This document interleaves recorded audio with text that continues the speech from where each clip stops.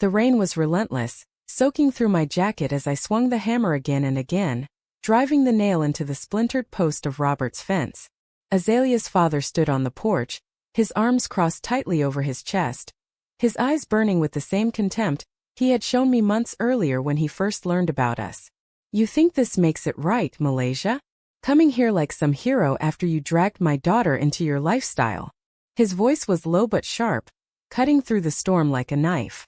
I wiped the water from my eyes and kept working, my muscles aching, but I knew that walking away would be the easy way out, the way that might save my job but would shatter the only thing that mattered, my love for Azalea. 3 months earlier the world had come crashing down when that photo surfaced online, a candid shot of Azalea and me sharing a kiss at a quiet cafe in Sacramento, taken by a colleague who had always resented my rapid rise at the marketing firm. The headline read, "Top Executive's Secret Lesbian Affair Exposed," and within hours it was everywhere. My boss called me and suspended me pending an internal review citing damage to company image from conservative clients who were threatening to pull their contracts. Azalea, a dedicated school counselor, faced parent complaints and whispers in the hallways.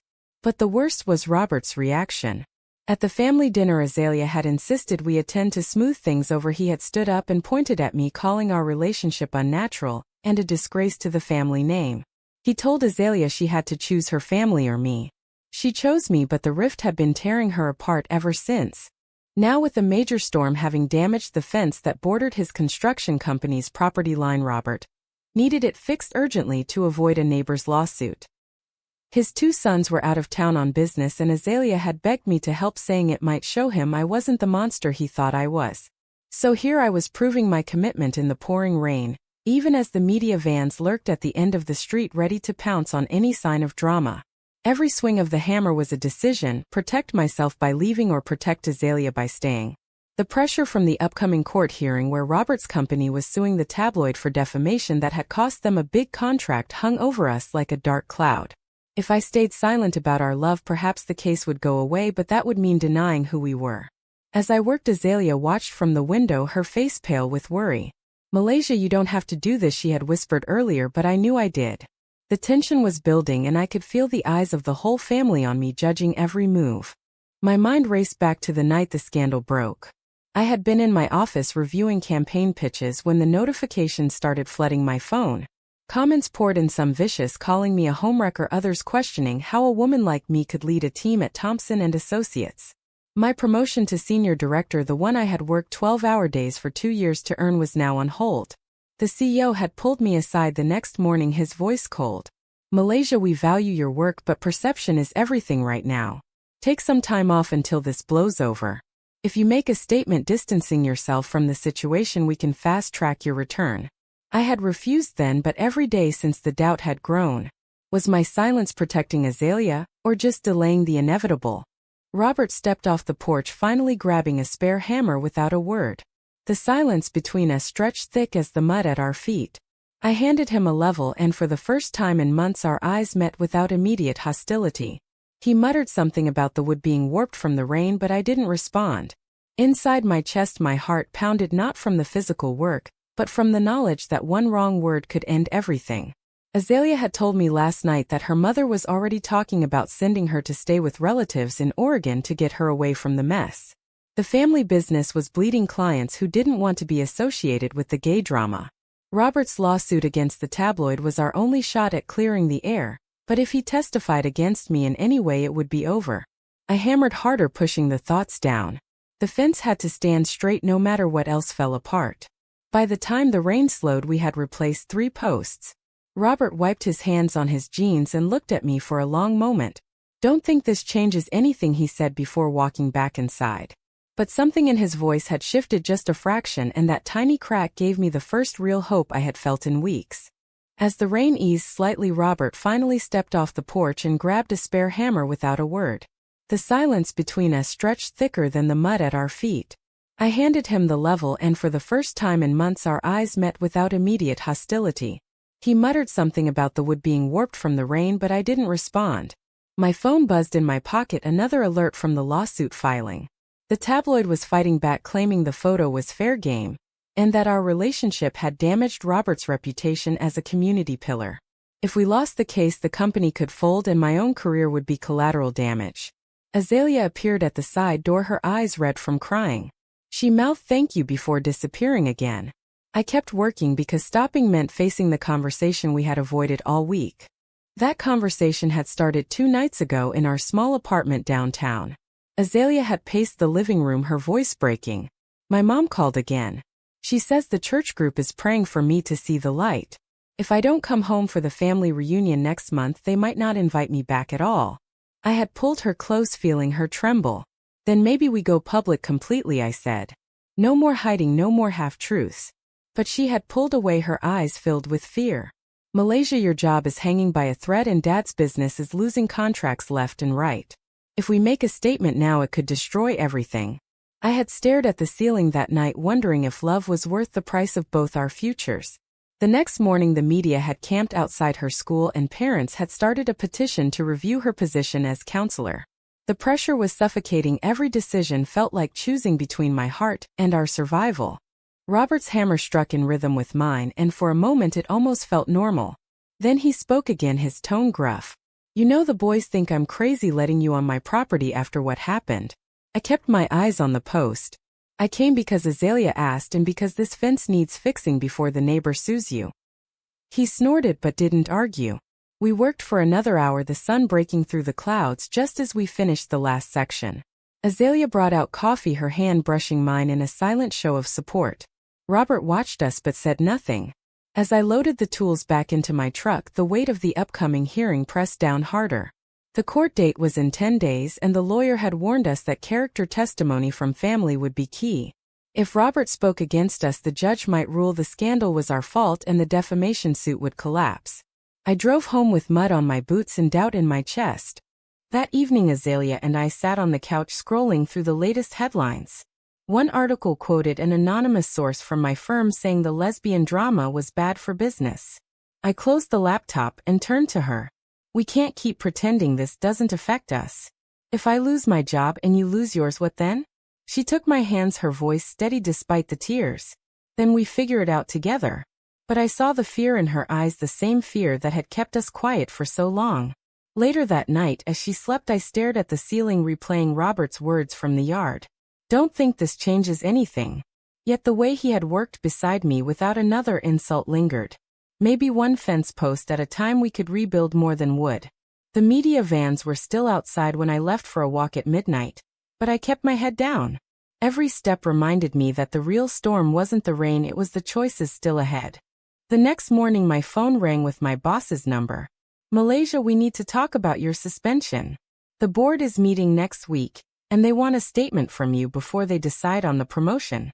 I gripped the phone tighter, standing in our kitchen while Azalea poured coffee, her face tight with worry. What kind of statement? I asked, already knowing the answer. Something that clarifies the situation and reassures clients that personal matters won't interfere with work. In other words, deny us. I hung up before he could reply, my hands shaking. Azalea set the mug down and pulled me into a hug. You don't have to do anything you don't want to. But we both knew the truth. If I refused, the job was gone. And with it, our ability to fight the growing legal bills from Robert's case.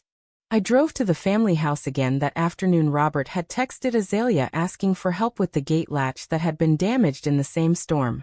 When I arrived, he was already out there, tools spread on the grass. He didn't greet me, just handed me a wrench. We worked in silence until he finally spoke. Azalea says the school is talking about a review board. I nodded, focusing on the rusted bolt. Yeah, parents are upset. He paused, his voice lower. I never thought my daughter would be the center of this kind of mess. I bit back the retort that had been building for months. Neither did I, but here we are. The gate clicked shut and he tested it once. Not bad. For the first time he looked at me without pure anger. The hearing is next week. My lawyer says your testimony could help or hurt. I met his eyes. I'm not here to hurt anyone, Robert. I love your daughter. That's all. He turned away, but I caught the flicker of something new in his expression, confusion. Maybe even the start of doubt. Back home, Azalea and I argued for the first time in weeks. She wanted me to consider the statement my boss asked for just to buy time. I refused, saying it would be the same as lying about who I was. The words grew heated until she slammed the bedroom door. I sat on the couch replaying every choice that had led us here. The first date, the secret weekends, the moment we decided to keep it quiet, because her family would never understand. Now the silence was costing us everything. The next day the media published a new story linking my name to Robert's lawsuit claiming the lesbian relationship had directly caused the lost contracts. Comments flooded social media, some calling for boycotts of his company, others praising us for bravery. Azalea came out of the bedroom, her eyes red. I can't lose you, Malaysia, but I can't lose my family either. We held each other then, knowing the real test was still coming. The week before the hearing passed in a blur of sleepless nights and tense phone calls. My boss sent a formal letter outlining the conditions for my return, a public statement, and 6 months of probation. Azalea's school scheduled a parent meeting the same day as the court date. Robert called Azalea twice asking if I would be available to testify. Each conversation left her drained. I spent the days fixing small things around our apartment, trying to keep my mind off the what-ifs. What if Robert used the stand to bury us? What if the judge ruled the scandal was self-inflicted? What if Azalea finally broke under the family pressure? On the morning of the hearing, I wore the gray suit I had bought for my promotion interview. Azalea squeezed my hand in the courthouse hallway. Whatever happens today, we face it together. The courtroom was packed with reporters and family members. Robert sat at the plaintiff's table, his construction company logo visible on his folder. When the tabloid's lawyer questioned him about the impact of the leaked photo, Robert's answers were short and measured. It hurt business, yes, but the real damage was to my family. I waited for the blow, but it didn't come. Then my turn on the stand. The defense asked if our relationship had been hidden because we knew it would cause problems. I answered honestly. We hid it because we wanted peace, not because we were ashamed. The judge nodded, noting the testimony. During the recess, Robert pulled me aside in the hallway, his voice low. You didn't have to help with that fence. I could have hired someone. I shrugged. Azalea asked, and I love her. He studied me for a long moment. The boys think I'm soft for even talking to you. But I saw how you stayed in the rain. That says something. Before I could reply, the bailiff called us back. The afternoon session dragged with expert witnesses on defamation and business losses. By the time court adjourned, the judge had reserved his ruling for 2 weeks. Outside, the media swarmed us with questions. Azalea and I kept our heads down, but Robert stopped for one statement. My family is going through a lot right now. We'll see what the court decides. His words were neutral, but the way he glanced at us felt different. That night, Azalea and I sat on the balcony watching the city lights. She leaned her head on my shoulder. Dad texted me after court. He said thank you for the fence. It was the first kind thing he had said about me in months. I kissed her forehead, hoping the small crack we had made in his wall would be enough. The pressure from work and school still loomed. But for the first time, the future didn't feel completely impossible. The 2 weeks before the ruling felt like walking a tightrope. My boss called again, offering a compromise, a private statement to the board only. I turned it down. Azalea's school meeting ended with a warning letter, but no immediate termination. Robert's company lost 2 more bids, and the family group chat exploded with blame pointed at us. I ignored the messages, but Azalea read every one, her shoulders slumping a little more each day. One evening she broke down in the kitchen. Maybe if I move back home for a while the pressure will ease. I froze, the words hitting like a slap. Is that what you want? She shook her head, tears falling. No, but I don't know how much more I can take. We talked until dawn, weighing every option until we both agreed silence had already cost us too much. The day before the ruling, Robert showed up at our apartment unannounced. Azalea let him in, shock written on her face. He stood in the living room, hat in hand, looking older than I remembered. I came to talk, not fight. We sat at the table, and he spoke slowly. The fence you fixed held through another storm. Neighbors noticed. He paused. I've been thinking about what you said in court. About not being ashamed. I always thought I was protecting Azalea, but maybe I was just scared of what people would say. I didn't interrupt, letting him finish. The boys are still mad, but I told them to mind their own business. When he left, he shook my hand for the first time. It wasn't forgiveness, but it was a start. The ruling day arrived with cameras outside the courthouse. The judge read his decision quickly. The tabloid had acted with reckless disregard for the truth. Robert's company was awarded damages. The courtroom erupted in murmurs. Outside, Robert faced the reporters. I was wrong about a lot of things. My daughter is happy and that's what matters. The words stunned everyone, including me. Azalea hugged him right there on the steps, tears streaming down her face. That evening the whole family gathered at the house for the first time since the scandal broke. Robert raised a glass at dinner. To moving forward. The tension was still there, but the anger had shifted. My phone buzzed with an email from my boss. The board had voted to reinstate me effective immediately. I showed Azalea the screen, and for the first time in months we both smiled without reservation. The weeks after the ruling brought small changes that felt enormous. My promotion went through with a quiet apology from the CEO. Azalea's school dropped the review and several parents even sent supportive notes. Robert started inviting us to Sunday dinners where the conversation stayed light, but the walls were slowly coming down. One afternoon he asked me to help reinforce the entire backyard fence, saying the storm had exposed weak spots everywhere. We worked side by side again, this time without rain or resentment. He talked about his own youth and the pressures he had faced in the military. I shared stories from my early career. By the time the last post was set, he clapped me on the shoulder. You showed up when no one else did. That means something. Azalea watched from the porch, her smile brighter than the California sun. The family slowly shifted their views, one conversation at a time. Azalea's brothers stopped making snide comments, and her mother started asking about our plans instead of quoting scripture. The media moved on to the next story, and the online hate faded into background noise. One evening at a family barbecue, Robert pulled me aside. I owe you an apology, Malaysia. I was wrong to judge you the way I did. I accepted it, knowing the real victory wasn't the words, but the actions that followed. Azalea and I took a weekend trip to the coast, the same beach from our first secret getaway. We walked hand in hand without looking over our shoulders. The waves crashed and the sky stretched wide, and for the first time the future felt like ours.